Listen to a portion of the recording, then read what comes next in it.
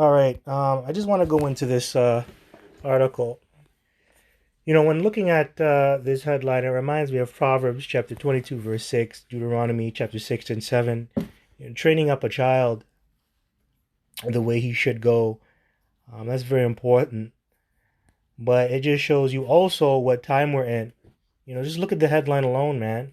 It says Russia bringing nuclear war survival training to schools. Wow.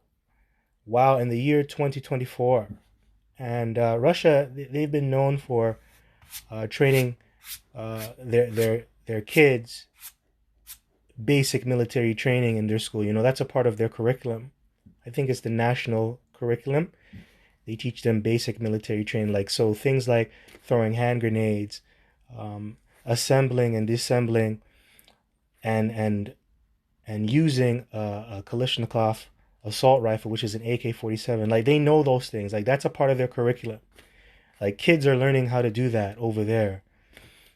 But now they're introducing nuclear war survival training, right? That's new.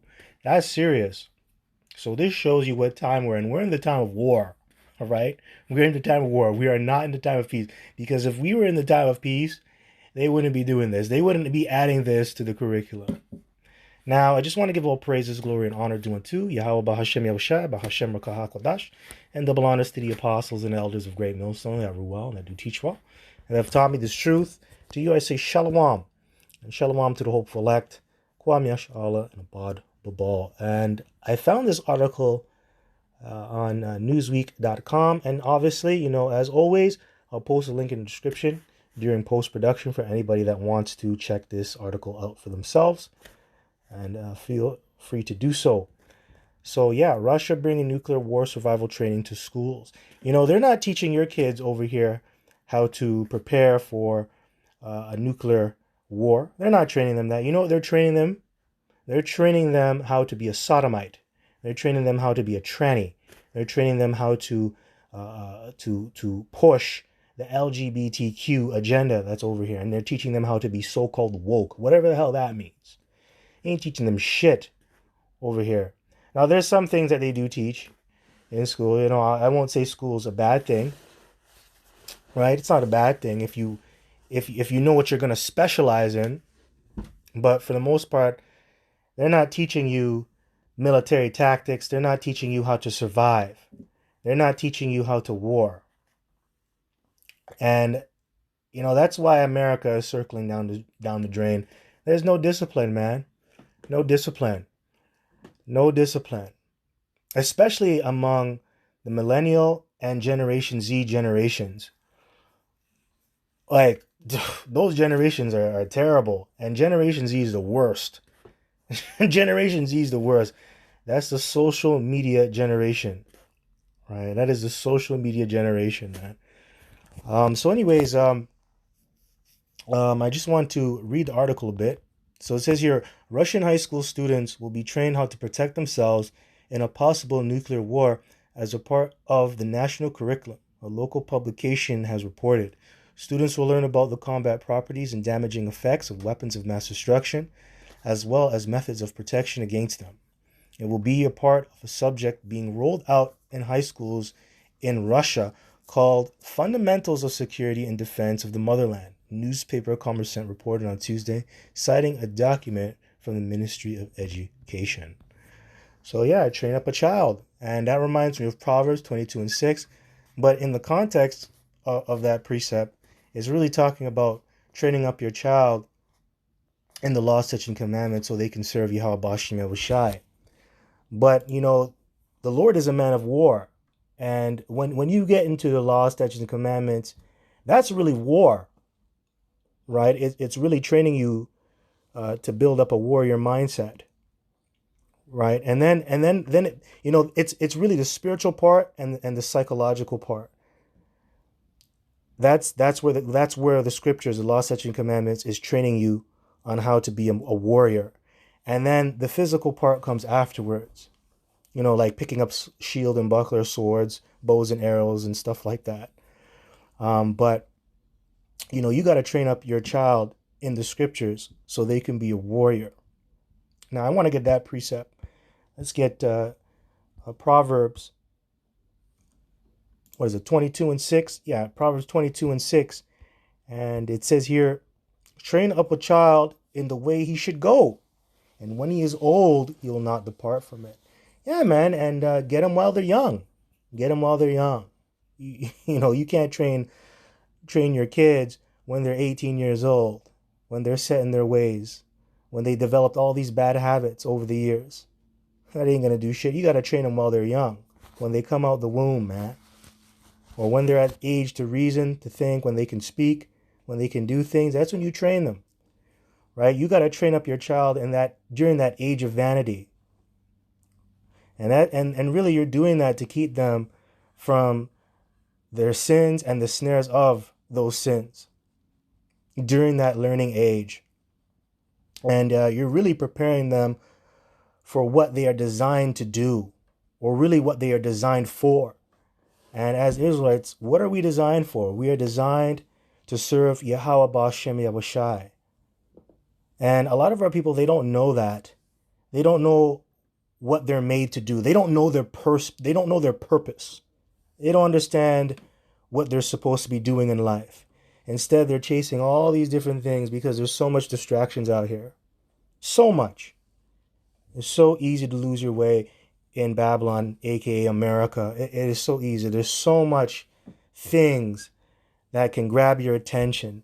So much negative influences. Right? So a lot of our people, man, they don't know their purpose. And to get a better understanding of your purpose, your parents are supposed to teach you that.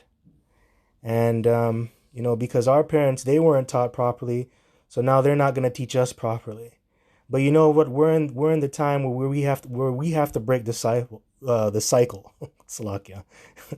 We're in the time where that cycle is going to be broken, because we're coming in the time of our deliverance, and there's going to be a select few, aka the elect, the 144,000, the 1/3, and those are going to be the ones that break the cycle. So anyways, yeah, man. And also through training them up through the law, statutes, and commandments, you're training them as soldiers. Soldiers that are able to handle their arms, to keep rank, and really to observe the word of command. And really, you have to think of it this way. You're training them up not in the way they would go, but in the way they should go. The way in which, if you love them. And what is love, guys? Love is keeping the commandments. All right. So train them up not in the way they would go, but in the way they should go. And that's what our people, they don't understand that. They really don't. And it's very sad. But you see, Russia, they know where they're going. They know where they're going. And that's Esau, Edom. They know where they're going. They're going to war because that's their blessing. Then they know their blessing. And that's why they're training up their kids over there, man. Right? They know. They know. So, yeah, man. Anyways, that's what I wanted to bring out. Proverbs 22. Actually, you know what? Let me get Deuteronomy 6. Let's get Deuteronomy 6 and 7. This is Deuteronomy chapter 6, verse 7. And this goes right along with Proverbs 22, the scripture we just read, 22 and 6. So it says here, I'll start at verse 6, by the way. Deuteronomy 6 and 6. And these words which I command thee this day shall be in thine heart, and thou shalt teach them diligently unto thy children. It's the words of the Lord, the scriptures, the law, statutes, commandments, right? And we should diligently teach it onto our children. Right? You got to teach it. Oh, my cat's meowing. What's up, buddy? All right. Yeah, you want to come and listen to the scriptures now, huh? All right, whatever. Yeah, so yeah, you got to diligently teach your children.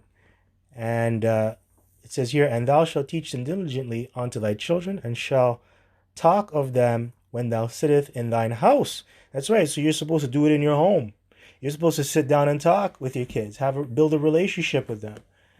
And that's what our people are not doing. They don't spend enough time with their family. And like I said earlier in the beginning, there's a lot of distractions out there. Yes, you got to go work, you got to go pay bills, but yeah, you got to set some family time down. And you got to spend some time with your kids, teach them things, teach them the laws, statutes, commandments, and also teach them how to use a weapon. Now, am I saying you should put stock into using weapons and things like that? No, that isn't expedient in this time that we're living in. It isn't. And really, you don't want to do that. But it's not illegal for you to know how to use a weapon. Okay, especially if it's uh if it's within the parameters of the scriptures, the laws, statutes, commandments, and also if you're following the laws of the land, right? But it's not wrong for you to teach your children how to use weapons, right? But first and foremost, man, you're supposed to teach them the laws, statutes, and commandments, because that's going to prep them into using the sword. So anyways, it says here, thou sittest in thine house, and when thou walkest by the way, and when thou liest down, and when thou risest up. There you go. All right. Now, I just want to get a precept because, at the end of the day, we're soldiers. We're soldiers. You're supposed to have a soldier's mind, a spiritual soldier first and foremost. The scripture says, thou therefore endure hardness as a good soldier of Hamashiach Yahushai. So really, you're a soldier in this thing. And a soldier just simply means to be solitary. And you're at war. You're in a spiritual war. Right? Always remember that. It's a spiritual war. It's a spiritual battle. And sometimes it can get physical. Okay? It's 90% spiritual and psychological, but it's 10% physical. And we're going to see the 10% play out later on. Because the Lord is going to come back and he's going to make an assault. We're at the end. We're going to see this devil's horns come out. He's going to get physical. But that's only the 10%. That's only the 10%. And it's real quick. All right? It's easy to fight. It's easy to fight. But it's harder to be psychologically and spiritually strong. Anyways, let me get a precept. Let's get 2 Timothy's 2 and 3. Because we're soldiers, man. Never forget that. Spiritual soldiers. This is 2 Timothy chapter 2, verse 3. Thou therefore endure hardness as a good soldier of Hamashiach Yahushai. As a good soldier, okay? A soldier. So, hey, that's what Timothy's calling you, a soldier of Hamashiach Yahushai. That's Yahushai, our Savior. No man that warreth entangle himself with the affairs of this life, that he may please him who hath chosen him to be a soldier. Okay? So you can't get caught up with the affairs of this life. You can't get entangled. They call that entanglement, according to Jada Pinkett Smith, right? I experienced an entanglement, right? You can't get entangled, man, because once you get entangled, you're dead. You're dead, especially if you're a man. Especially if you're a man. Women can get away with it. Children can get away with it. But you men, you can't get away with that, man. Can't afford to get entangled. You can't afford to get distracted out here. Got to stand your P's and Q's. Now, I'm going to read that again. Verse 4. No man that warreth entangleth himself with the affairs of this life. And you're warring, man. Spiritual warriors. You're out there on the highways and hedges. Then after the highways and hedges, you're on your own. You're solo because you're no longer with the brothers. So you're fighting all the time, and you're constantly being attacked. You're being attacked by the food that you're eating, the air that you're breathing, the water you drink, the people you come in contact with, these different nations with the spirits that are on them. Man, just plain old principalities and demons, man, you have to fight. So you're at war all the time. You're at war. Right? So it says here that he may please him who have chosen him to be a soldier. That's right. And who chose you to be a soldier? Yahweh Ba'ashem Yahushai. And you're in his army, that spiritual army. And rightfully so, because the Lord is a man of war. Let me get that. Exodus chapter 15 and 3. And it says here, Yahweh is a man of war. Yahweh is his name. Okay, so yes, Yahweh, he is a man of war, and that is his name. He is a man of war. Don't ever forget that. The Lord is a warrior. So he's your general. Okay, he's your general, and you're his soldiers. You have to remember that. And you're always going to be tested. You're always going to be battling. You're always going to be fighting. And it ain't going to stop till the missiles drop. It ain't going to stop till the kingdom come. So yeah, you're going to be fighting all the time. So get used to it. Now, is there anything that I missed here? So let's go here. It says, Russian officials, including former President Dmitry Medvedev, have warned on multiple occasions that a nuclear war could break out amid the conflict in Ukraine.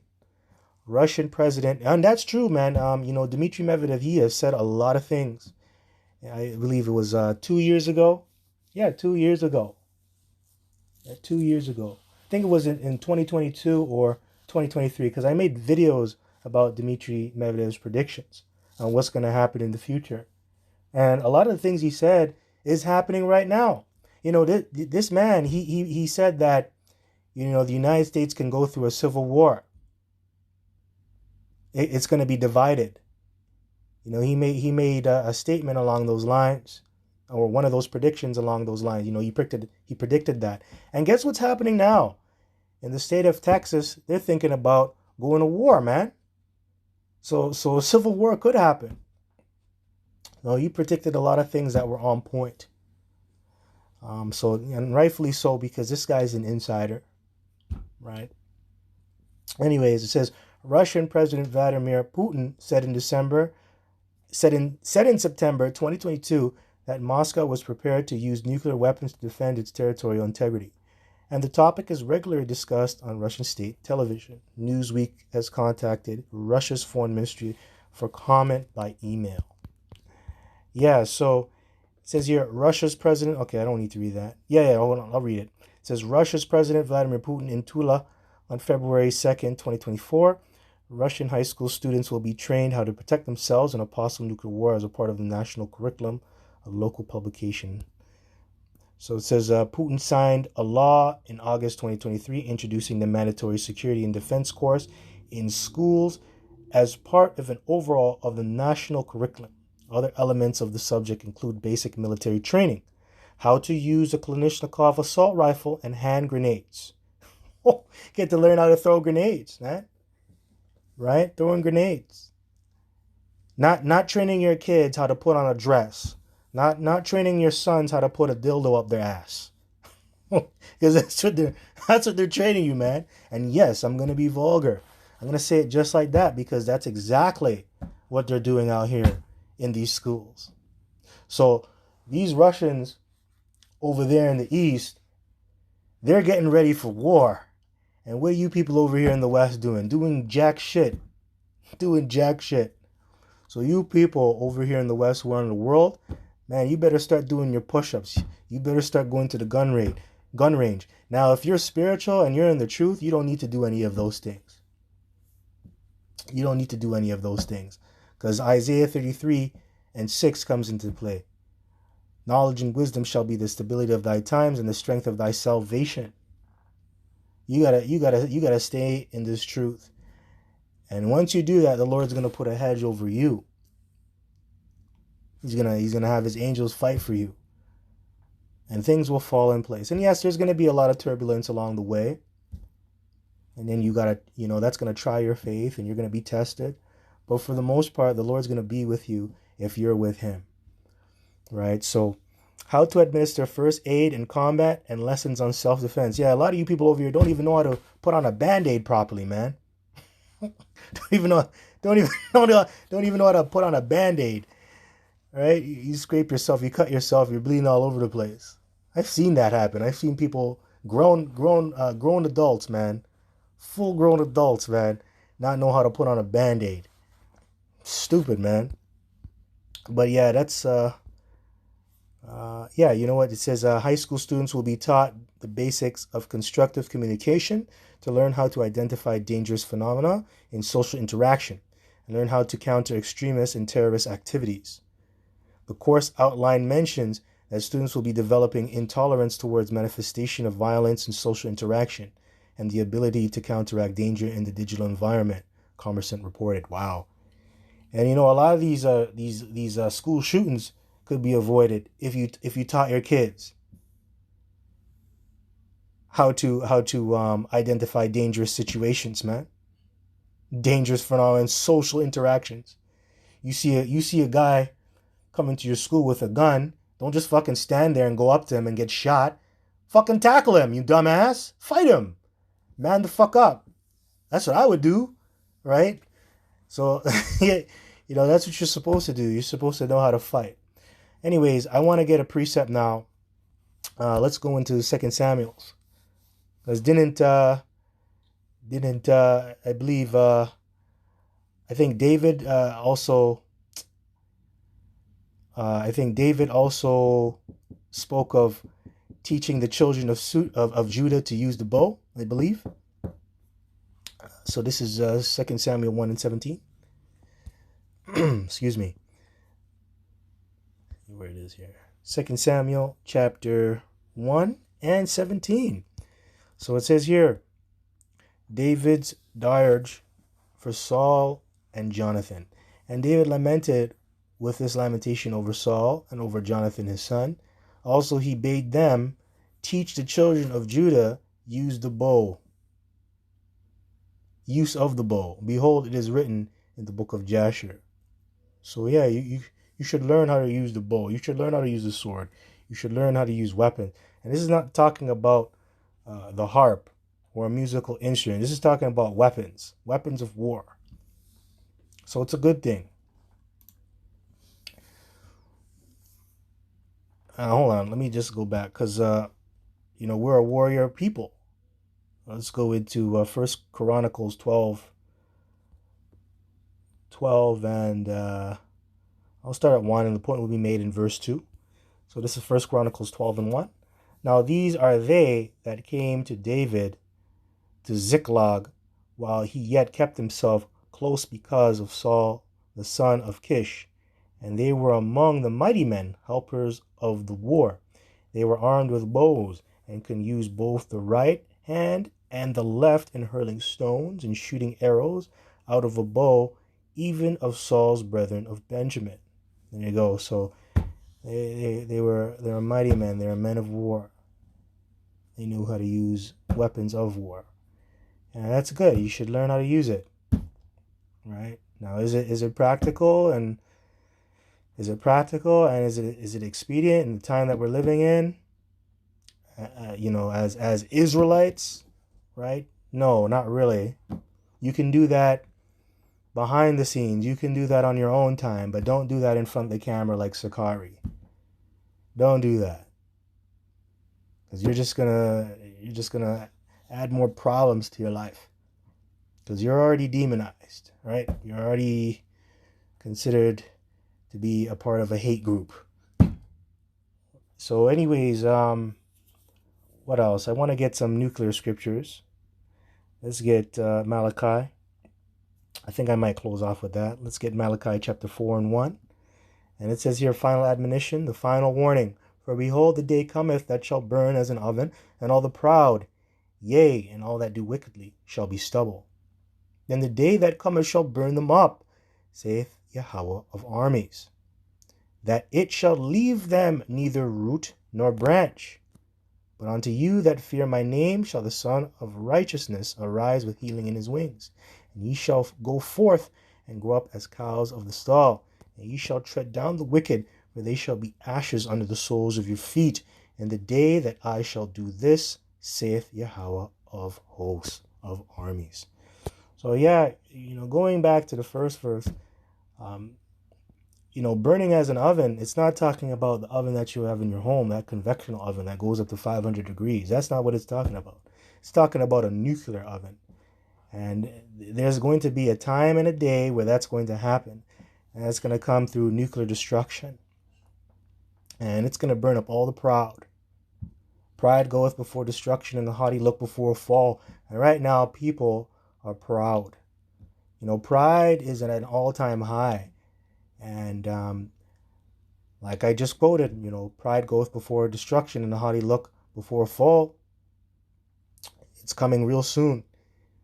And all the wicked, they're going to be judged too. You wicked men, you wicked women, you wicked Israelites, you wicked nations, you're going to be put to death. You're going to be burnt up. You're going to be caught up.